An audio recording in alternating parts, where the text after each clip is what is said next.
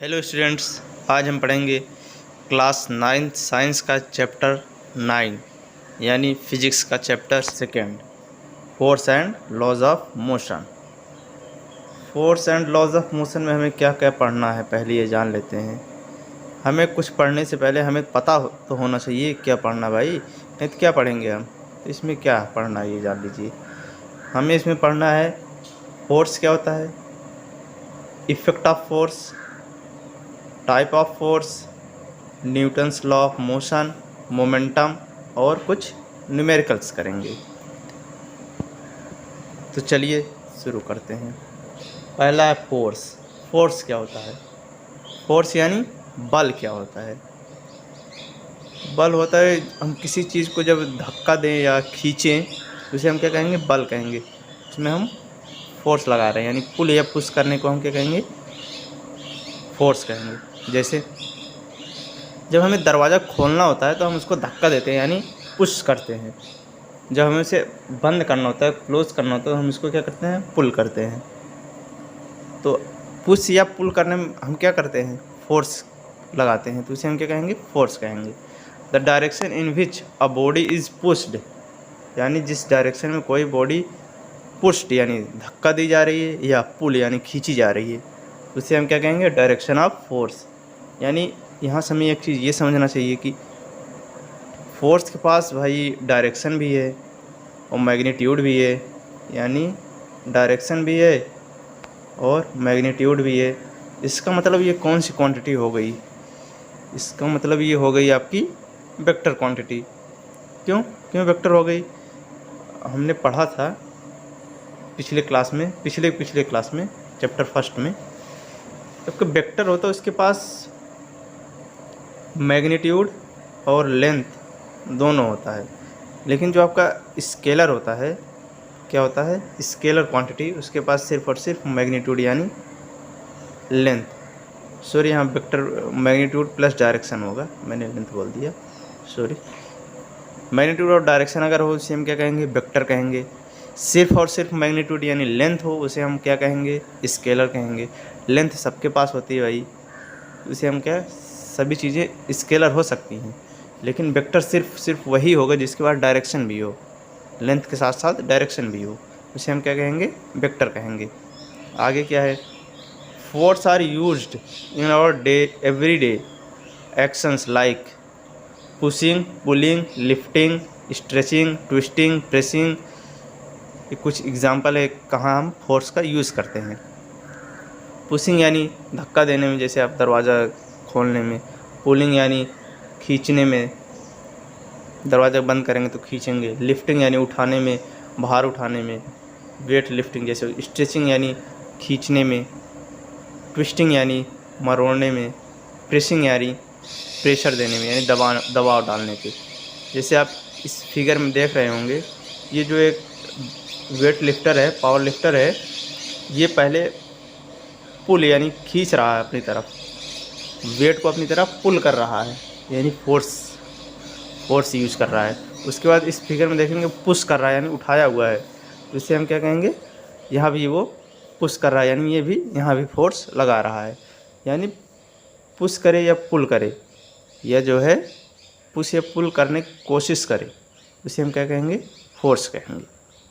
आगे चलते हैं। आगे है आपके पास इफ़ेक्ट ऑफ फोर्सेस। फोर्स के क्या क्या इफ़ेक्ट हैं? अब force can not be seen, यानी एक फोर्स जो होता है हम उसको देख नहीं सकते हैं, हम सिर्फ क्या कर सकते हैं? महसूस यानी फील कर सकते हैं। जैसे हम उसको वेट लिफ्टर जो होता है वो जब उठाएगा यानी पुल करेगा तो उसको हमको दिखेगा नहीं कि वो फोर्स लगा रहा है, हमें सिर्फ ये दिखेगा कि वो जो है वर्क कर रहा है। हम सिर्फ फील करेंगे हाँ यहाँ पे फोर्स लग रहा है। अ फोर्स कैन बी जज only by the effect which it can produce in various bodies, यानी ये जो डिफरेंट प्रकार की बॉडीज़ में ये ऑब्जेक्ट में ये जो अपना इफ़ेक्ट दिखा रहा है हम उससे जज कर सकते हैं कि यहाँ पे फोर्स है। जैसे आपके पास force can produce the following effect, क्या क्या इफेक्ट प्रोड्यूस करेगी ये, कुछ नीचे दिए हुए हैं। A force can move stationary body. आपकी जो स्टेशनरी बॉडी हमने चैप्टर फर्स्ट में पढ़ा था। स्टेशनरी बॉडी वो होती है जो एक स्थान पर फिक्स हो, यानी समय के साथ अपनी पोजीशन को चेंज ना करे, उसे हम क्या कहेंगे, स्टेशनरी बॉडी। यानी जो फोर्स होता है, अगर कोई स्टेशनरी बॉडी वो मूव कर जाए आपको वर्क करने से, मतलब वहाँ पे फोर्स यूज़ हुआ है। फोर्स एक स्टेशनरी बॉडी को मूव करा सकता है। अ force can stop the body, यानी अगर फोर्स उसको मूव करा सकता है तो उसको स्टॉप भी तो वही कराएगा। फोर्स क्या करेगा, बॉडी को स्टॉप करा पाएगा, यानी रोक पाएगा। अ force can change the direction of moving body. एक फोर्स डायरेक्शन को चेंज कर सकता है। जैसे जब आप फुटबॉल किक करेंगे, अगर आप उसको थोड़ा दूसरी तरफ किक कर देंगे तो वो डायरेक्शन चेंज हो जाएगा। आप उसके थोड़ा चेंज कर देंगे तो वो डायरेक्शन उसका चेंज हो जाएगा। Change the direction of moving body. अगला क्या है, अ force can change the speed of a moving body. अगर कोई बॉडी मूव कर रही है, जैसे आप साइकिल अगर चला रहे हैं, अगर कोई स्लाइड वाली स्थान आ गया, यानी ढलान आ गया, तो वहाँ देखेंगे आपको जो आपकी साइकिल है कुछ ज़्यादा तेज़ जाने लगती है नीचे तरफ। वहाँ पर जो फोर्स होता है, फ्रिक्शन कम हो जाता है, यानी फोर्स ज़्यादा हो जाता है तब। तो जो है force speed can change the speed of body, यानी बॉडी की स्पीड को चेंज कर दे रहा है, यानी बाइसिकल यानी साइकिल की स्पीड को चेंज कर दिया। आगे क्या है, अ force can change the shape and size of a body. एक फोर्स शेप साइज किसी बॉडी को चेंज कर सकता है। जैसे आपके पास एक बैलून होगा, अगर उसको आप प्रेस करेंगे उसका शेप चेंज हो जाएगा। इससे हम ये कह सकते हैं कि a force is an influence which tends to set a stationary body in a motion और स्टॉप अ मूविंग बॉडी। यानी हम इसे ये कह सकते हैं कि ये फोर्स जो होता है वो कोशिश करता है, टेंड्स यानी कोशिश करता है किसी बॉडी को मूव करा दे, स्टेशनरी बॉडी को, या स्टॉप करा सके। Which tends to change the speed of the speed and direction of a body, यानी वो डायरेक्शन और स्पीड को भी क्या कर सकता है, चेंज कर सकता है। डायरेक्शन और स्पीड को भी चेंज कर सकता है। आगे क्या है, which tends to change the shape and size, यानी शेप और साइज को भी क्या कर सकता है, चेंज कर सकता है। उसे हम क्या कहेंगे, फोर्स कहेंगे। आगे क्या है, आगे आपके पास टाइप ऑफ फोर्सेस, यानी फोर्स कितने प्रकार के होते हैं। टाइप ऑफ फोर्सेस यानी फोर्स कितने प्रकार के होते हैं, बल कितने प्रकार के होते हैं। आपके फोर्स आपके बेसिकली 2 टाइप्स के होते हैं, बैलेंस और अनबैलेंस। जो आपको बैलेंस फोर्स होता है, बैलेंस फोर्स जैसे आप यहाँ देखिए, जैसे आपके पास एक ये बॉक्स रखा हुआ है, इस पर आप देखें, इस पर कोई फोर्स इधर से लग रहा है, कोई इधर से लग रहा है, कोई इधर से लग रहा है, कोई इधर से लग रहा है। जैसे इधर से आप पुश कर रहे हैं, क्या कर रहे हैं, पुश कर रहे हैं। इधर से आपका फ्रिक्शन का फोर्स लग रहा है, यानी ये दोनों इक्वल हो गए। इधर से आपका क्या लग रहा है, फोर्स ऑफ रिएक्शन, यानी जो ग्राउंड की तरफ रिएक्शन का फोर्स लग रहा है। तो इधर से जो लग रहा है आपका क्या है, ग्रेविटी का फोर्स लग रहा है। तो आप देखेंगे कि यहाँ पे ये दोनों इक्वल हैं, ये दोनों एक दूसरे को कैंसिल कर रहे हैं, ये दोनों एक दूसरे को कैंसिल कर रहे हैं। जब एक दूसरे के इक्वल हो जब सारे फोर्सेस, तो वो बैलेंस कंडीशन में रहता है, यानी वो मूव नहीं करता, वो वहीं पे स्थिर यानी फिक्स रहता है। जैसे आपका जैसे आपका हो गया आपका बैलून, जब बैलून को आप प्रेस करेंगे वो कुछ समय के बाद फिर वापस उसी शेप में आ जाएगा, यानी वो बैलेंस कर रहा है अपने आप को। आगे देखते हैं क्या है, बैलेंस फोर्स क्या है। If the resultant of all the forces acting on a body is zero, the force is called balance force। यानी जब किसी बॉडी के जब फोर्स का रिजल्टेंट यानी फोर्स का हम सम यानी उसका रिजल्ट निकालेंगे, अगर वो जीरो आ गया, यहाँ जैसे हमने भी देखा था, अभी हमने देखा था, जैसे इसमें अगर हम देखें इधर से चारों तरफ से इक्वल फोर्सेस है, यानी इसका रिजल्टेंट जीरो है। चारों एक दूसरे को कैंसिल कर रहे हैं, एकदम फिक्स किए हुए, इधर उधर नहीं मूव करने दे रहे हैं। यानी जब इसका जो रिजल्टेंट यानी रिजल्ट क्या हो जाए, जब जीरो हो जाए तो वो क्या हो जाएगा, बैलेंस फोर्स हो जाएगा। आपका अनबैलेंस फोर्स क्या हो जाएगा, if the resultant of the all the forces if the resultant of all the forces acting on a body is not zero, यानी जब जीरो ना हो तब क्या हो जाएगा भाई, अनबैलेंस हो जाएगा। The forces is called unbalance force. जैसे अब जैसे यही ब्लॉक ले लीजिए आप, इस पर अगर आप इधर से आप फोर्स लगा रहे हैं कोई, इधर से आपका फ्रिक्शन का फोर्स लग रहा है, इधर से आप पुश कर रहे हैं, इधर से रिएक्शन फोर्स लग रहा है ग्रेविटी का, इधर से ग्रेविटी फोर्स लग रहा है। अगर आप रिएक्शन फोर्स से, इधर जो रिएक्शन फोर्स है फ्रिक्शन वाला, अगर आप उससे ज़्यादा वर्क करेंगे, इधर से पुश करेंगे, फोर्स लगाएंगे, आप पुश करेंगे, तो क्या हो जाएगा, आपको ब्लॉक मूव करने लगेगा, आपको ब्लॉक इधर मूव करने लगेगा। तो यानी जब आपको जो ये फ्रिक्शन वाला फोर्स है, आप उससे ज़्यादा फोर्स लगा दे रहे हैं, यानी इक्वल नहीं है फोर्स, यानी रिजल्टेंट आपका इक्वल नहीं, जीरो नहीं आ रहा है, यानी ये क्या हो गया, आपका अनबैलेंस्ड फोर्स हो गया। आप क्या हो गया, अनबैलेंस्ड फोर्स हो गया। आगे देखते हैं आगे क्या है। आगे आपका न्यूटन्स लॉ ऑफ मोशन। आप जो आइजैक न्यूटन थे, उन्होंने आपके 3 लॉज दिए थे मोशन के।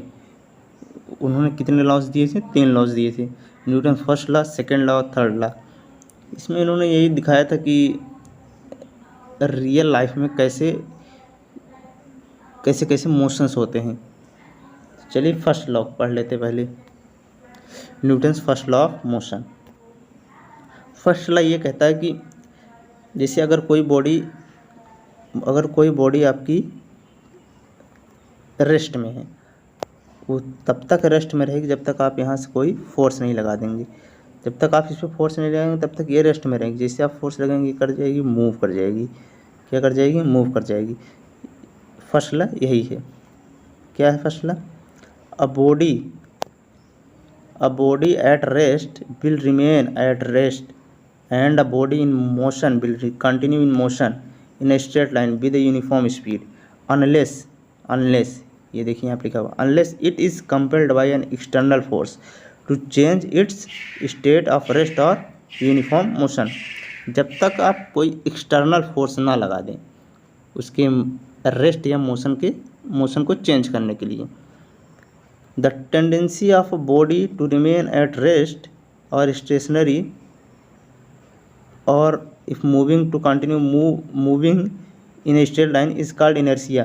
इनर्शिया क्या होता है, अगर जैसे कोई बॉडी है आपकी रेस्ट में है, उसकी जो टेंडेंसी है कि वो रेस्ट में ही रहे, या मोशन कर रही है तो वो मोशन में ही रहे, उसी का हम टेंडेंसी यानी उसके गुण को, उसके प्रॉपर्टीज़ को हम क्या कहेंगे, इनर्शिया।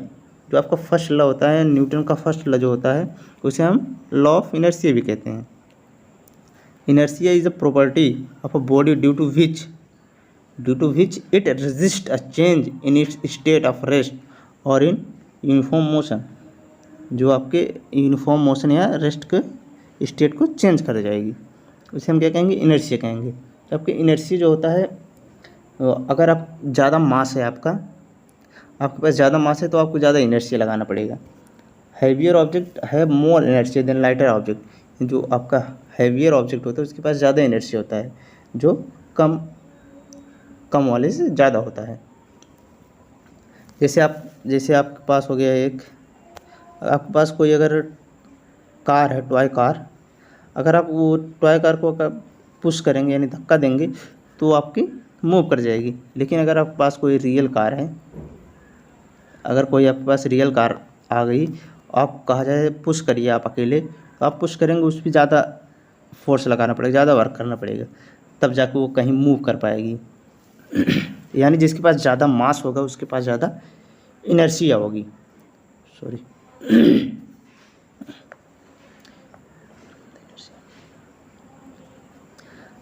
अगर हम इनर्शिया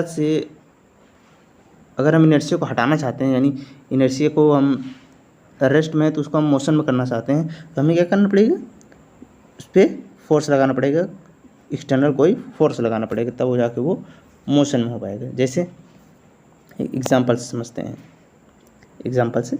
जैसे आपके पास एक ग्लास है, आपके पास क्या है, ग्लास है, इस पर आप रख दिए हैं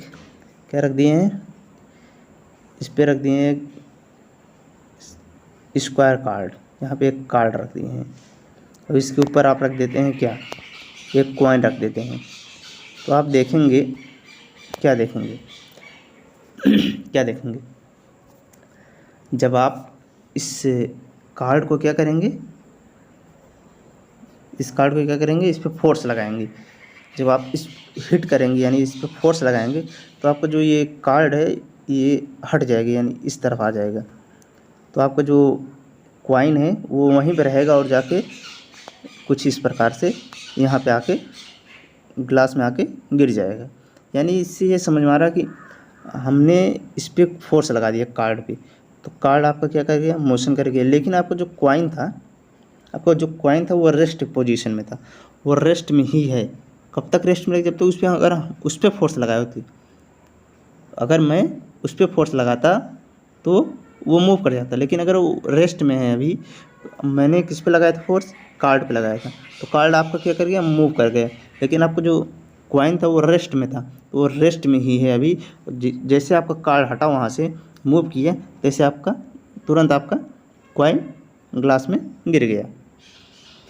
तो यानी जो बॉडी जब तक रेस्ट में रहेगी तब तक रेस्ट में रहेगी, जब तक हम इस पर कोई एक्सटर्नल फोर्स ना लगा दें तब तक वो क्या करेगी, रहेगी, रेस्ट में रहेगी, या मोशन में है तो मोशन में रहेगी। और जैसे आप और एक एग्जांपल समझते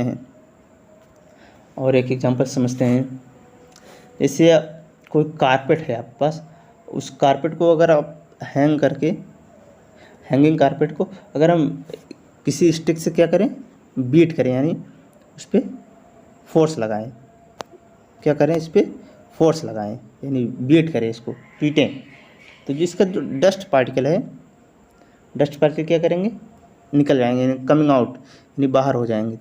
डस्ट पार्टिकल क्या हो जाएंगे, बाहर हो जाएंगे। क्यों बाहर हो जाएंगे, क्योंकि अगर हम देखें तो हम फोर्स लगा रहे हैं, यानी इस पर हम बीट कर रहे हैं किसको, कारपेट को। लेकिन जो आपका डस्ट पार्टिकल है वो रिमेन जो है रेस्ट में रह है, वो सब क्या है, रेस्ट में है। तो अगर हम कारपेट पर लगाएंगे फोर्स, कारपेट कुछ मूव करेगी, कारपेट क्या करेगी, मूव करेगी। लेकिन डस्ट पार्टिकल क्या है, रेस्ट में है, तो वो क्या रहेंगे, रेस्ट में ही रहेंगे। तो इससे क्या होगा, जब हम इसको बीट करेंगे तो आपका जो डस्ट पार्टिकल है वो बाहर आ जाएंगे। बीट तो हम किसको कर रहे हैं, बीट हम कर रहे हैं किसको, कारपेट को। इन जो आपका डस्ट पार्टिकल है वो बाहर आ जाएगी। इन डस्ट पार्टिकल पहले यहाँ पे था, पहले कहाँ था, पहले यहाँ पे था, इस पे चिपका हुआ था कारपेट पे। लेकिन जब मैंने इसको क्या किया, बीट किया, यानी मैंने इस पर फोर्स लगाया कारपेट पे, तो कारपेट कुछ मूव की, लेकिन आपका डस्ट पार्टिकल वहीं के वहीं थे। इससे क्या हो गया, जब कारपेट मूव की तो आपका डस्ट पार्टिकल जो है बाहर आ गए, डस्ट पार्टिकल क्या हो गए, बाहर आ गए। यानी अगर हम किसी को रेस्ट चेंज करना चाहें, या रेस्ट या मोशन में कोई बॉडी, अगर हम उसका स्टेट को चेंज करना चाहें तो हमें क्या करना पड़ेगा, फोर्स लगाना पड़ेगा। तो इसलिए हम क्या कहेंगे भाई, Newton first law of motion यही हमें बताता है। चलिए आगे देखते हैं क्या है। ये देखिए यहाँ एग्जांपल्स दिखाया गया है। पहले आपकी ये बॉडी क्या थी, रेस्ट में थी। अगर हम इधर से भी फोर्स लगाएं, इधर से भी फोर्स लगाएं, अगर दोनों फोर्स इक्वल है तो आपका क्या हो जाएगा, ये क्या हो जाएगा बताइए, आपका हो जाएगा बैलेंस्ड फोर्स, यानी ये बैलेंस रहेगा, फिक्स रहेगा, कहीं मूव नहीं करेगा। लेकिन हमें एक तरफ से, यानी इधर से आपका फ्रिक्शन का जो फोर्स है वो कम रहेगा, और जो आप इधर से फोर्स लगा रहे हैं, पुश कर रहे हैं जो आप, वो ज़्यादा है। तो आपका क्या कर जाएगा, आपका जो ऑब्जेक्ट है वो क्या कर जाएगा, मूव कर जाएगा। ऑब्जेक्ट क्या कर जाएगा, मूव कर जाएगा। ये आपका अनबैलेंस फोर्स एग्जांपल है, यानी Newton first law of motion यही है, बैलेंस और अनबैलेंस फोर्स का ही खेल है। जैसे आपका ये पहले बैलेंस में था, आपने इसको फोर्स लगाया, किक किया, तो आपका क्या, ये क्या हो गया, मोशन में हो गया। मोशन में हो गया यानी आपने इस पर ज़्यादा फोर्स लगा, एक्सटर्नल फोर्स लगा दिया, तो आपका अनबैलेंस में आ गया फोर्स। जब आप इस पर एक्सटर्नल फोर्स लगाएंगे तो आपका जो ये बॉल है, फुटबॉल है, ये आपका मूव कर जाएगा। Newton first law of motion भी ये कहता है, क्या कहता है, जैसे कोई बॉडी आपका रेस्ट में है, वो तब तक रेस्ट में रहेगी, कब तक रेस्ट में रहेगी, जब तक आप उस पर कोई एक्सटर्नल फोर्स नहीं लगा देते। जैसे इस बॉल पे अगर हम किक कर दिए तो ये बॉल मूव कर गई, यानी अब ये रेस्ट में नहीं रह गई, यानी ये बॉल क्या कर गई, मूव कर गई। यानी फर्स्ट ले यही कहा कि body remain in state of rest until and unless, कब तक, जब तक कोई एक्सटर्नल फोर्स ना लगा दिया जाए, यानी जब तक हम कोई इस पर एक्सटर्नल फोर्स ना लगा दें। तो आपका ये एग्जांपल है। आगे चलते हैं। आगे आपका मोमेंटम। सेकंड लॉ पढ़ने से पहले हमें क्या पढ़ना पड़ेगा, मोमेंटम क्या होता है। तो मोमेंटम आपका होता है, मोमेंटम आपका जो होता है उसको हम किससे रिप्रेजेंट करते हैं, पी से। पी से क्या करते हैं, पी से क्या करते हैं, मोमेंटम को क्या करते हैं, रिप्रेजेंट करते हैं। The force required to stop a moving body is directly proportional to mass. यानी ये कह रहा है जो आपका जो फोर्स होता है किसी मूविंग बॉडी को स्टॉप करने में क्या होता है, फोर्स क्या होता है, किसके प्रोपोर्शनल होता है, मास के। आगे क्या कह रहा है, the force required to stop moving body is directly proportional to velocity. फिर कह रहा है आपका ये जो आपका फोर्स है वो आपके वेलोसिटी की भी डायरेक्टली प्रोपोर्शनल है। यानी ये फर्स्ट इक्वेशन हो गया, ये सेकंड इक्वेशन हो गया। अगर हम इन दोनों को सम कर लें तो आपका जो LHS है वो इक्वल है, तो आपका RHS भी इक्वल होना चाहिए। हमने ये मैथ में पढ़ा है कि जब आपका LHS इक्वल होता है तो RHS आपका इक्वल होना चाहिए। यानी हम क्या लिख सकते हैं, क्या लिख सकते हैं, force is directly proportional to M into V, M into V, force is directly proportional to M into V। तो यहाँ से हम क्या कर सकते हैं, यानी P is equal to MV लिख सकते हैं हम। जो आपका फोर्स है यही आपका क्या हो गया, मोमेंटम बन जाएगा। The quantity of motion in a body depends on the mass of velocity, mass and velocity of the body. यानी जो आपका मोमेंटम होता है यानी क्वांटिटी होता है मोशन का, वो किस पे डिपेंड करता है, वेलोसिटी और मास पे डिपेंड करता है। तो आप अगर आपसे पूछा जाए मोमेंटम क्या होता है तो आप क्या कहेंगे, momentum is defined as the product of its mass and velocity. Mass और वेलोसिटी क्या होता है, प्रोडक्ट होता है आपका। मोमेंटम मास और वेलोसिटी का प्रोडक्ट होता है। आपका जो SI यूनिट होती है मोमेंटम की क्या होती है, किलोमीटर पर सेकेंड, किलोमीटर पर सेकेंड। ये कैसे आया इसको जान लेते हैं। तो जो मास होता है उसको हम केजी में क्या करते हैं, मीज़र करते हैं। अब जो वेलोसिटी की यूनिट होती है मीटर पर सेकंड, यानी केजी मीटर पर सेकंड। वैसे लिख दीजिए केजी मीटर पर सेकंड हो गया आपका। आपका P आप मोमेंटम को रिप्रेजेंट करते हैं P से। ये आपका वेक्टर क्वांटिटी है, इसमें ये वेक्टर क्वांटिटी है क्यों, क्योंकि आपका इसमें वेलोसिटी आ रहा है। वेलोसिटी आपका एक वेक्टर क्वांटिटी होता है, वेक्टर और स्केलर का प्रोडक्ट वेक्टर होता है। क्या होता है, वेक्टर क्वांटिटी होता है। जो कि जितनी भी मूविंग बॉडी होती है उसके अंदर मोमेंटम होता है। आगे देखते हैं क्या, आगे आपका सेकंड लॉ ऑफ मोशन। इसमें सेकंड लॉ ऑफ मोशन में हमें मोमेंटम का यूज़ करना है, इसलिए हमने मोमेंटम पहले पढ़ लिया है। According to second law of motion, Newton का सेकंड लॉ ऑफ मोशन क्या कहता है, the rate of change of momentum of body is directly proportional to the applied force and time and takes place in the direction in which the force acts. यानी जिस direction में force act कर रहा है उसी direction में second law लगेगा।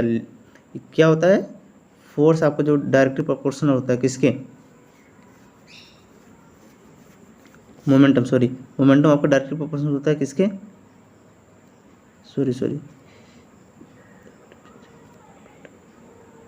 तो आपका रेट ऑफ चेंज अप, यानी मोमेंटम को जो चेंज करने में कितने टाइम में कितना मोमेंटम चेंज हो रहा है किसके प्रोपोर्शनल होगा, फोर्स और अप्लाइड फोर्स के प्रोपोर्शनल होगा। यानी force is directly proportional to किसके प्रोपोर्शनल होगा, rate of change of momentum. Rate of change of momentum यानी मोमेंटम को कितना चेंज हुआ और कितना टाइम हुआ, इसे हम क्या कहेंगे, rate of change of momentum. यानी force is directly proportional to rate of change of momentum. Rate of change of momentum यानी कितने टाइम में कितना मोमेंटम चेंज हो रहा है उसे हम क्या कहेंगे, rate of change of momentum. आगे क्या है, यहाँ देखिए लिखा है force is proportional to rate of change of momentum upon time taken. यानी हम इसको इस तरह भी लिख सकते हैं, कैसे, force is directly proportional to rate of change of momentum. Momentum को पी से रिप्रेजेंट करते हैं अपॉन टाइम टेकन।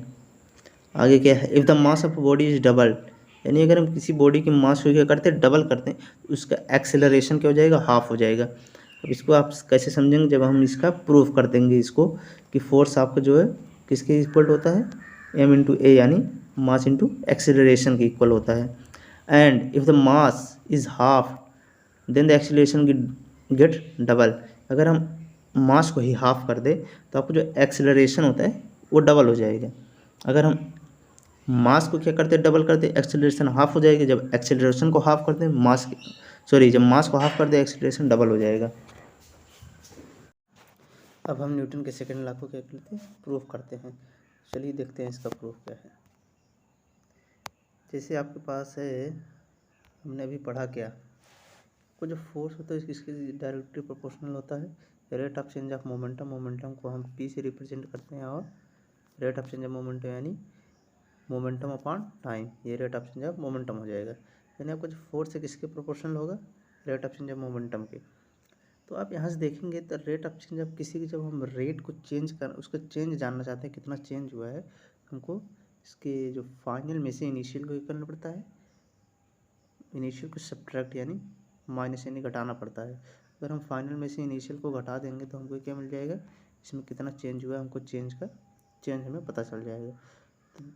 तो हमें क्या करना है, मोमेंटम का चेंज निकालना है। तो force is directly proportional to rate of change of momentum यानी M V minus M U upon time taken यानी टी।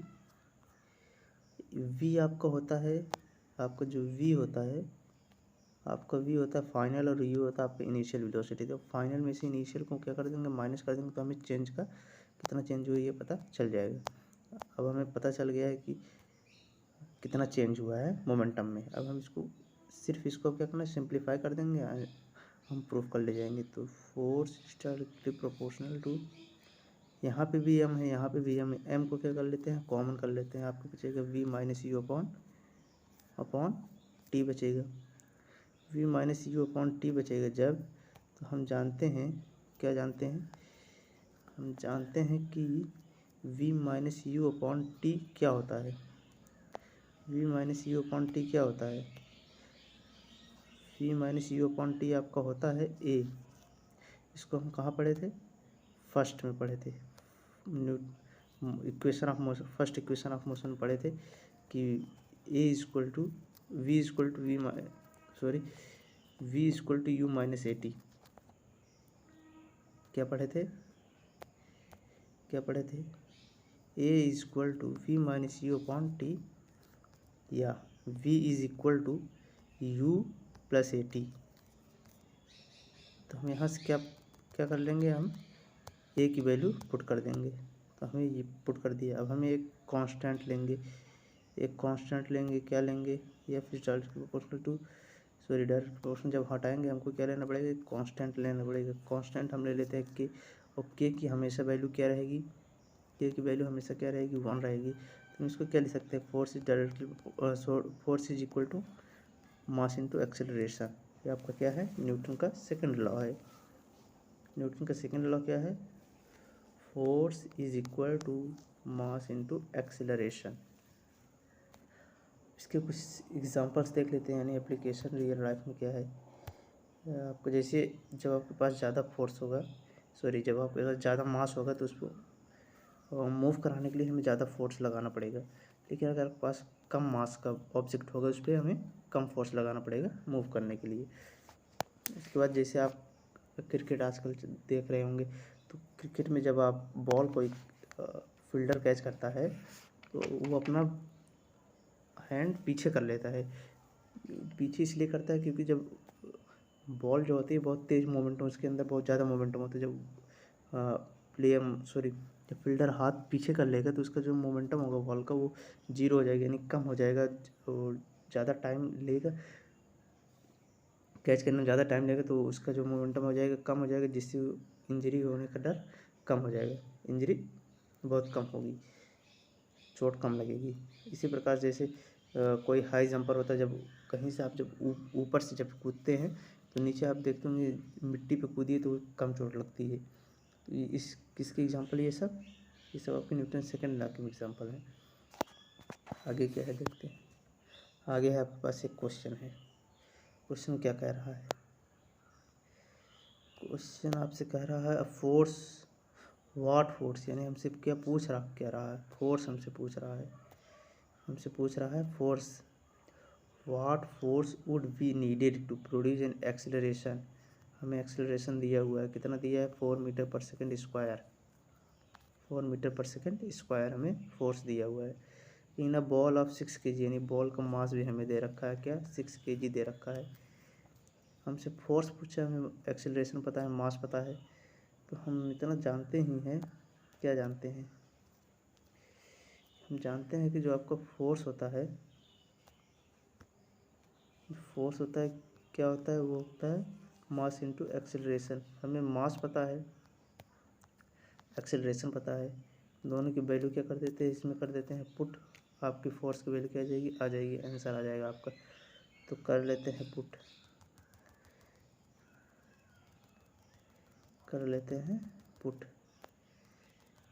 क्या हो जाएगा आपका? Force is equal to mass की वैल्यू क्या है? 6 kg है, 6 kg है, और आपका जो एक्सेलरेशन है 4 है, तो आपका फोर्स क्या हो जाएगा?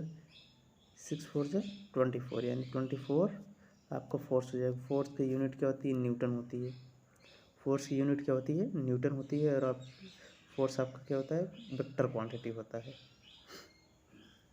फोर्स आपका क्या होता है? वेक्टर क्वांटिटी होता है। एक वेक्टर क्वांटिटी होता है और इसकी जो SI यूनिट होती है न्यूटन होती है, जिसको हम N से रिप्रेजेंट करते हैं। आगे देख लेते हैं। आगे आपके पास फिर एक क्वेश्चन है। इस क्वेश्चन में क्या कह रहा है? इसमें बस वही सिर्फ क्वेश्चन को पढ़िए और जो जो दिया है उसको, जो इन्फॉर्मेशन दिया है उसको नोट डाउन कर लें बस। इसमें क्या है? कैलकुलेट द फोर्स, यानी हमसे क्या कह रहा है? आप फोर्स बताइए।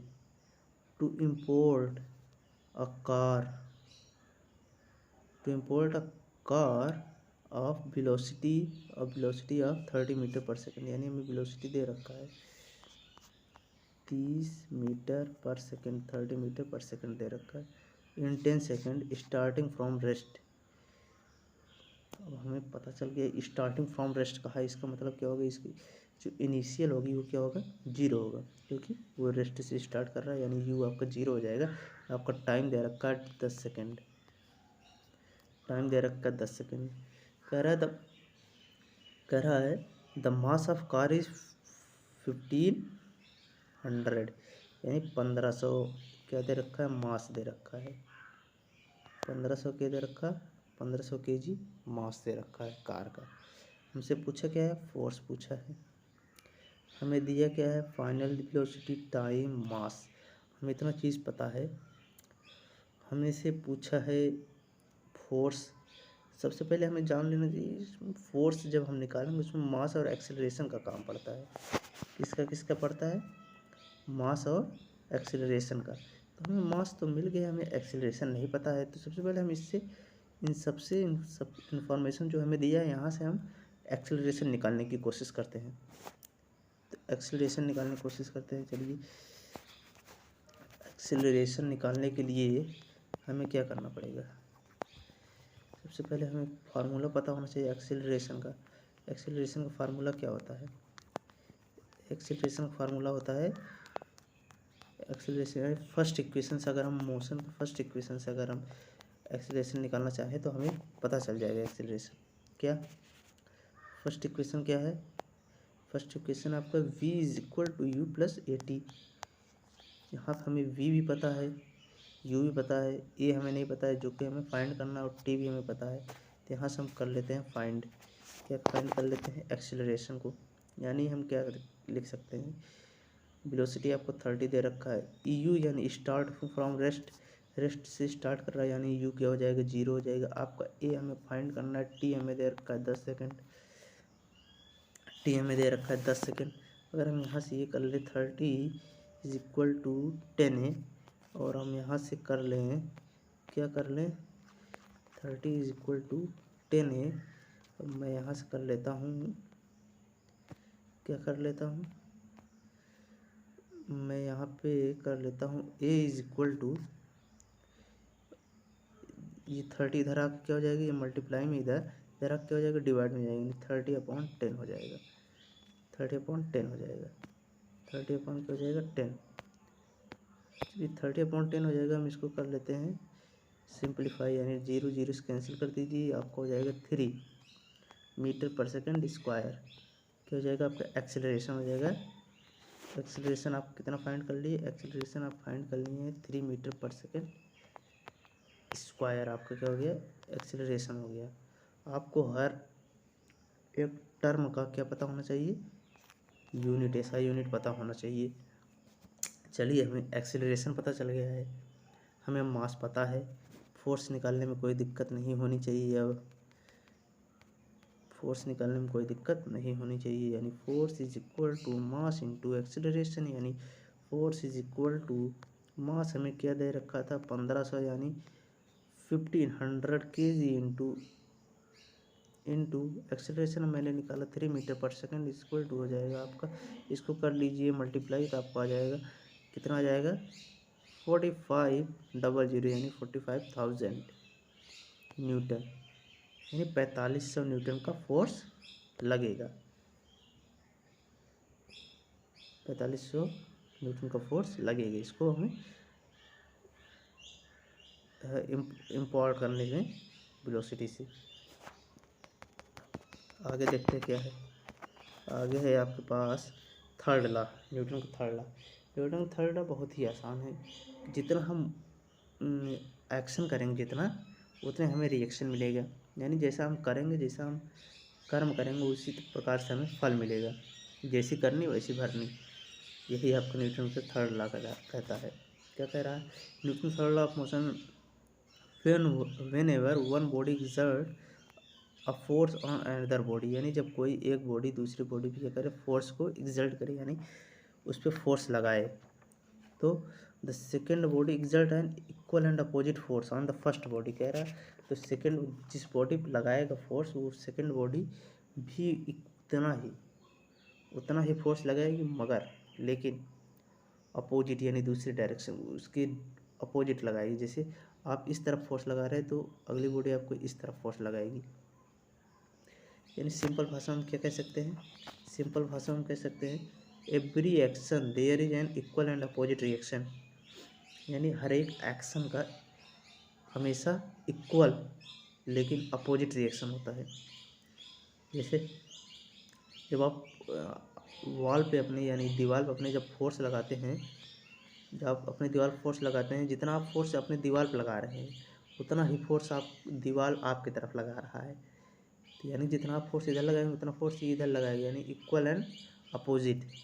एवरी एक्शन है इक्वल एंड अपोजिट रिएक्शन। जैसे आप स्प्रिंग का एग्जांपल ले लीजिए। जब आप स्प्रिंग को, रुक जाइएगा, जब आप स्प्रिंग को क्या करते हैं, स्ट्रेच यानी खींचते हैं अपनी तरफ, जब क्या करते हैं आप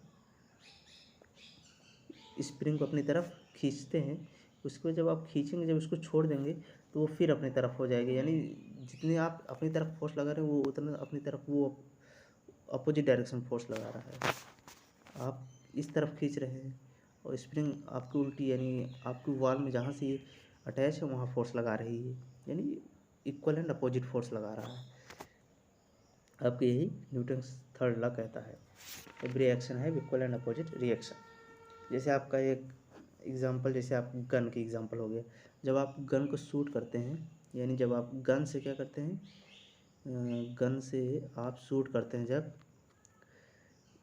जितना फोर्स आपकी गन फॉरवर्ड लगाती है उतना फोर्स आपको बैकवर्ड भी लगता है, जितना फोर्स फॉरवर्ड लगता है उतना बैकवर्ड, यानी जितना वो आगे की तरफ बुलेट को निकालने में, यानी गोली को निकालने में जितना फोर्स लगाता है गन, उतना फोर्स हमें पीछे की तरफ लगता है। और जैसे आप स्विमिंग को देख लीजिए, स्विमर को देख लीजिए, जब स्विमर स्विम करता है यानी तैरता है जब, तो अपना हाथ पीछे मारता है, अपने हैंड को क्या करता है, पीछे करता है, पानी को क्या करता है, पुश करता है। पानी को जब वो पुश करेगा, जब पानी को क्या करता है, पुश करता है, तो जो वाटर उसको पुल करता है, यानी जो जो स्विमर होता है वो इस तरफ फोर्स लगाता है तो वाटर इस तरफ लगाता है, तो जो आपका स्विमर है वो स्विम करता रहता है। इसी प्रकार का आपका हो गया नाव का एग्जांपल। जब नाव पे आप बैठते हैं तो जो आपका नाव चलाने वाला होता है तो पीछे पानी को अपने काटता है, यानी पीछे करता है पानी को अपने। जब वो जितना पीछे करता है पानी को, पानी उतना उसको आगे करती है, यानी जैसे वो पीछे करेगा जितना वो ज़्यादा, उतना ज़्यादा उसकी नाव को आगे बढ़ने का सहारा मिलेगा।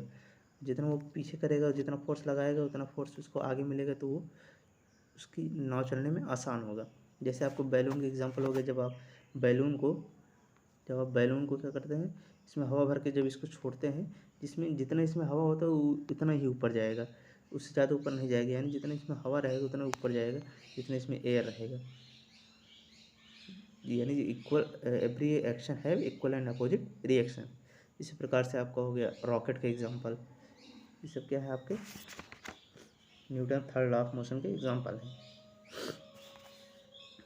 जैसे यहाँ देख लीजिए, जितना ये अपनी तरफ लगा रहा है फोर्स खींचने में, उतना फोर्स ये अपोजिट डायरेक्शन में लगा रही है, और रोप यानी रस्सी। जैसे आपका यहाँ हाथी देख लीजिए, एलिफेंट जितना आप खींचेंगे, एलिफेंट उतना भी आपको भी खींचेगी, यानी इक्वल एंड अपोजिट फोर्स यहाँ काम कर रहा है। इसे रॉकेट में भी आप देख लीजिए, रॉकेट जितना इसमें फ्यूल होगा, उतना ज़्यादा ये फ्यूल पीछे की तरफ गैस निकालेगा, उतना ही ये आगे जाएगा। अगर गैस पीछे नहीं निकालेगा तो यह आगे फॉरवर्ड नहीं हो पाएगा। आगे क्या है, कंजर्वेशन ऑफ मोमेंटम।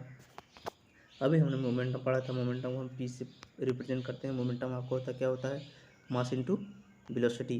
तो कंजर्वेशन ऑफ मोमेंटम ये कहता है कि जैसे आपके पास दो बॉडी है, कोई दो बॉडी है, किसी मास अलग अलग है, किसी का मास ज़्यादा किसी का मास कम है, जब वो एक दूसरे से टकराती है यानी कोलाइड करती हैं, तो आप बिफोर कोलिजन और आफ्टर कोलिजन में उसमें रिलेशन बताता है। बस दोनों में क्या करता है, रिलेशन बताता है। जो पहले जितना मोमेंटम रहेगा उतने मोमेंटम कोलाइड होने के बाद भी वही मोमेंटम रहेगा। ये आपका conservation of momentum. Conservation means होता ही है कंजर्व करना, यानी जितना पहले है उतना ही बाद में रहना। जैसे केमिस्ट्री में पढ़ते होंगे, जैसे जितना आपका रिएक्टेंट है, यानी जितने आपका रिएक्शन कर रहा है, जो रिएक्टेंट आपका रिएक्शन कर रहा है, उतना ही प्रोडक्ट, जितना मास इन दोनों का होगा, इन दोनों को जोड़ के, अगर ये दोनों जोड़ के 50 मास होगा इन दोनों का, तो ये इन दोनों प्रोडक्ट का भी मास 50 होगा, तभी जाके ये बैलेंस होंगे, यानी ये दोनों क्या होंगे, कंजर्वेशन में होंगे। जितना पहले मोमेंटम रहेगा उतना ही बाद में मोमेंटम रहेगा। कोलाइड से पहले और कोलाइड के बाद मोमेंटम सेम रहेगा। यही आपको कंजर्वेशन ऑफ मोमेंटम बताता है। चलिए इसको प्रूफ कर लेते हैं तब। जैसे आपके पास है ये, जैसे आपके पास है दो मास है, एक मास m1 है, एक m2 है, इसका u1 है, इसका u2 है। दोनों क्या कर रहे हैं, मोशन कर रहे हैं। कुछ दूर जाने के बाद दोनों क्या कर जाते हैं, दोनों कर जाते हैं कोलाइड। दोनों क्या कर जाते हैं, कोलाइड, यानी दोनों क्या कर जाते हैं, टकरा जाते हैं। क्या कर जाते हैं, कोलाइड, यानी एक दूसरे से टकरा जाते हैं। इसका मास m1 था, इसका मास m2 था। इसके बाद जब ये लोग फिर चलना शुरू करते हैं, इन दोनों का मास सेम रहेगा, लेकिन वेलोसिटी इन दोनों की क्या हो जाएगी, चेंज हो जाएगी। टकराने के बाद ये v1 हो जाएगा, ये v2 से वेलोसिटी से मूव करने लगेगा। तो हमें यही प्रूफ करना है कि m1 u1 plus m2 u2 is equal to m1 v1 plus m2 v2। इसी के इक्वल हमको क्या करना है, प्रूफ करना है। तो चलिए देख लेते हैं, प्रूफ कर लेते हैं इसको। जैसे एक्सीलरेशन आप a2 का एक्सीलरेशन क्या हो जाएगा, v2 minus u2 upon t हो जाएगा। अगर हम यहाँ फोर्स निकालना चाहें, पहला फोर्स, अगर मैं पहला फोर्स निकालना चाहूँ F1, तो क्या हो जाएगा M2 into B2 minus B1, sorry B2 minus U2 upon T। क्या हो जाएगा आपका क्या हो जाएगा, ये फोर्स हो जाएगा, F1 हो जाएगा। इसके बाद अगर मैं, आप इतना नोट कर लीजिए, इसके बाद अगर मैं कहूँ A1 निकालिए, यानी फर्स्ट एक्सेलरेशन निकालिए, तो क्या निकालेंगे V1 minus V1 minus U1 upon T हो जाएगा। F2 क्या हो जाएगा M1 into V1 minus U1 upon T, आपका F2 हो जाएगा। तो आपका जो F2 हो जाएगा और आपका F1, हमें दो चीज़ पता चल गया है। आपका जो F1 है, आपका जो F1 था वो माइनस है किसका, F2 का। किसका माइनस था, F2 का है। F2 का क्या है, माइनस है। तो चलिए F1 का वैल्यू पुट कर लेते हैं। F1 की वैल्यू क्या कर लेते हैं, पुट कर देते हैं। हो जाएगा M2 V2 minus U2 upon T is equal to minus of M1 V1 minus V1 minus U1 upon T। दोनों को क्या कर लेते हैं, T कैंसिल कर देते हैं, दोनों तरफ सेम रहेगा T। इन दोनों को कर लेते हैं मल्टीप्लाई, इन दोनों को कर लेते हैं मल्टीप्लाई कर लेते हैं। तो आपका हो जाएगा आपका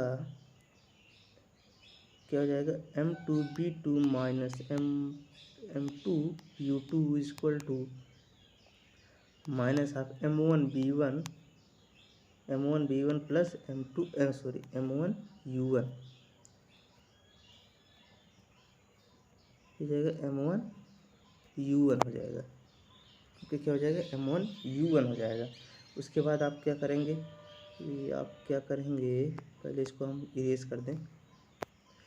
उसके बाद आप करेंगे, क्या करेंगे, रुक जाइएगा, आप करेंगे बस इसको सॉल्व करना है बस, और कुछ नहीं।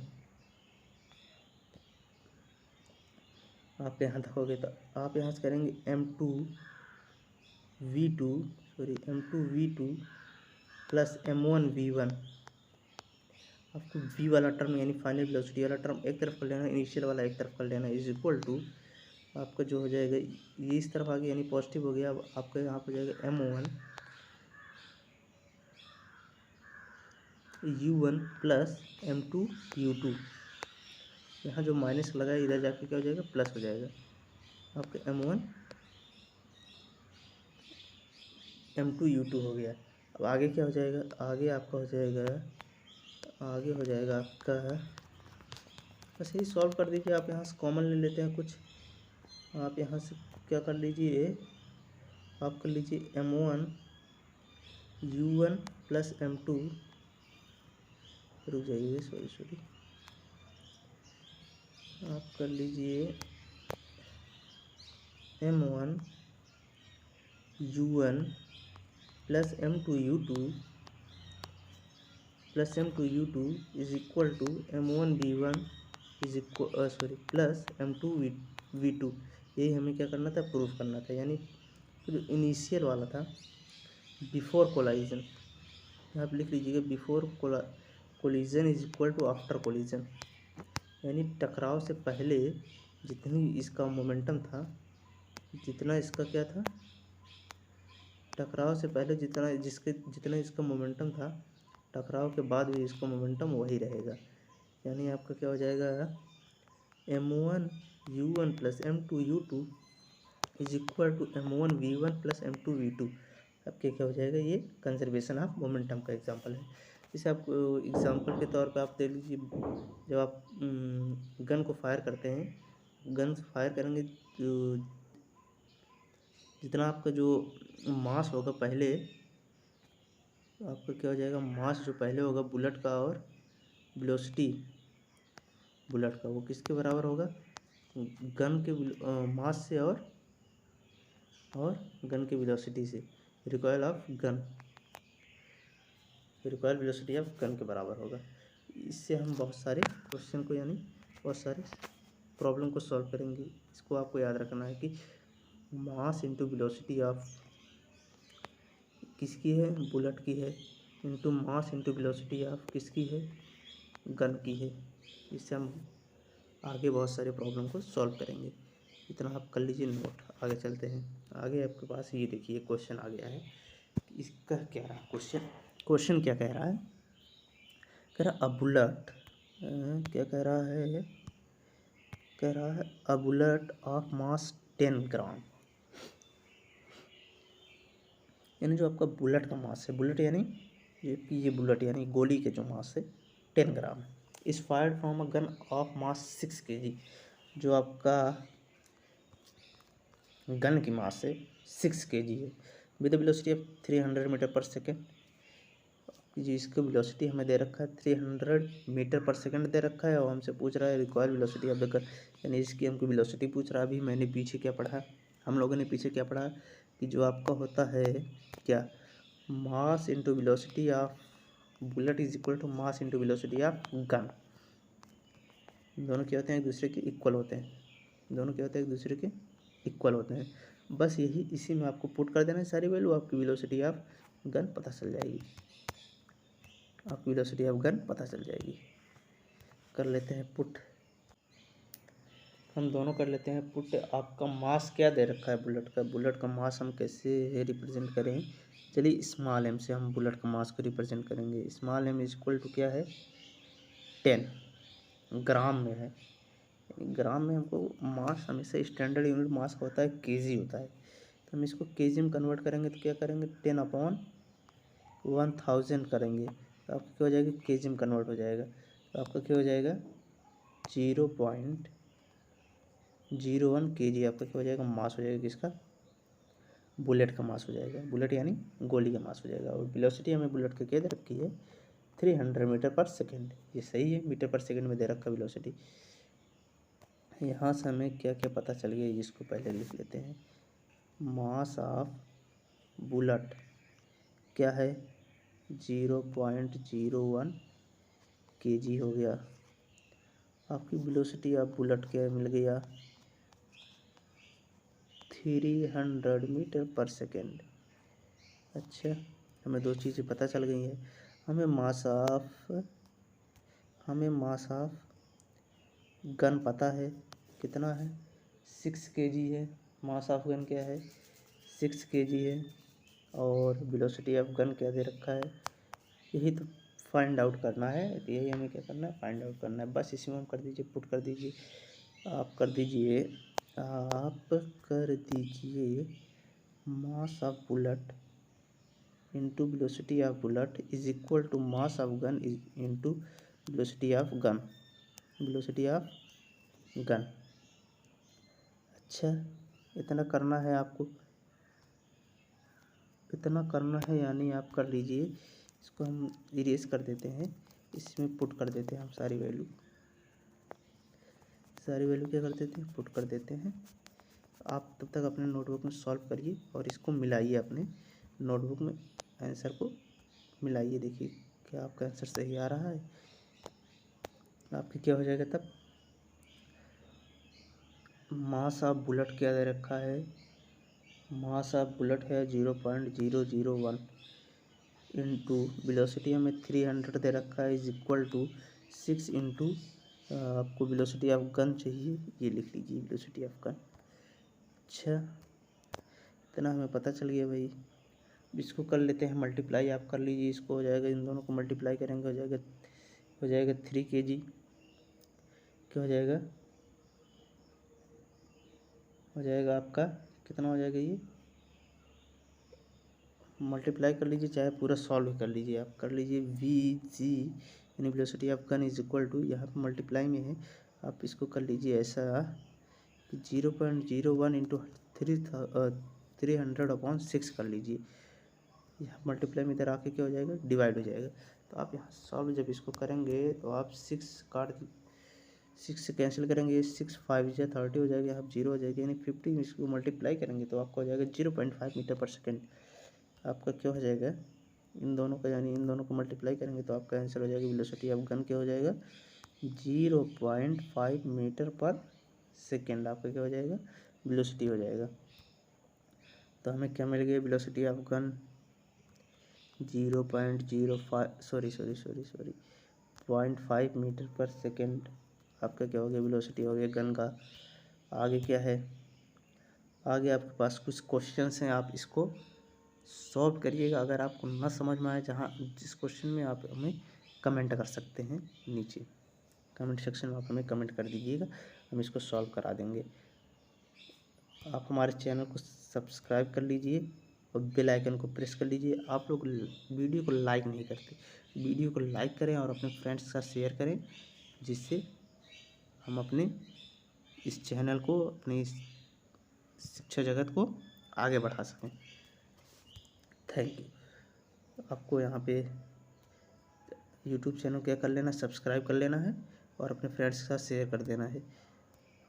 यही आज आपका होमवर्क है। और बाकी आपको जो ये क्वेश्चन दिए हैं, हम इस क्वेश्चंस को आपको सॉल्व करने की कोशिश करना है। अगर ना समझ में आए तो हमें कमेंट कर दीजिएगा, हम इसको किसी अलग क्लास में इसको हम सॉल्व करा देंगे, किसी अलग क्लास में हम इसको सॉल्व करा देंगे।